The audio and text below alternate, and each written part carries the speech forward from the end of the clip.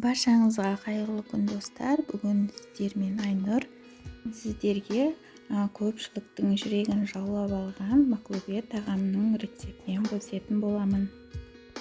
Ол үшін бізге қажетті заттар: сиыр еті, картоп, сәбіз, жуа, помидор, қияр, болгарский, күріш, сұйық керек болады.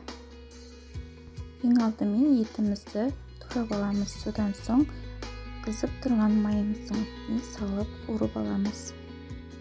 Суы тартылғанша қақпағын басып қоямыз. Енді көкөністерді турап аламыз. Сәбізімізді дөңгелектеп турап аламыз. Қатты жұқалап жібермеңіздер. Осылайша қалыңдықта турап аламыз.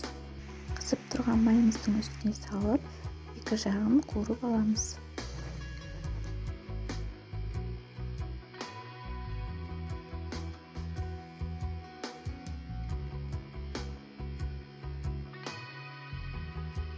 Толықтай қуырып алдым. Енді оны ыдысқа салып сүзіп аламыз.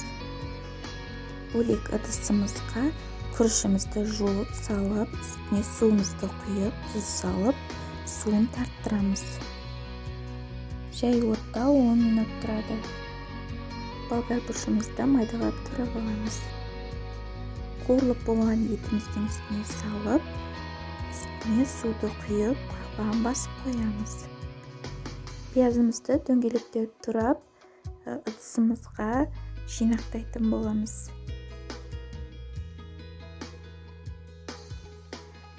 Пісіп тұрған сәбізімізді, етімізді салып, картопымызды салып, үстіне пісіп тұрған күрішімізді салып, үстінен қаттырақ басамыз.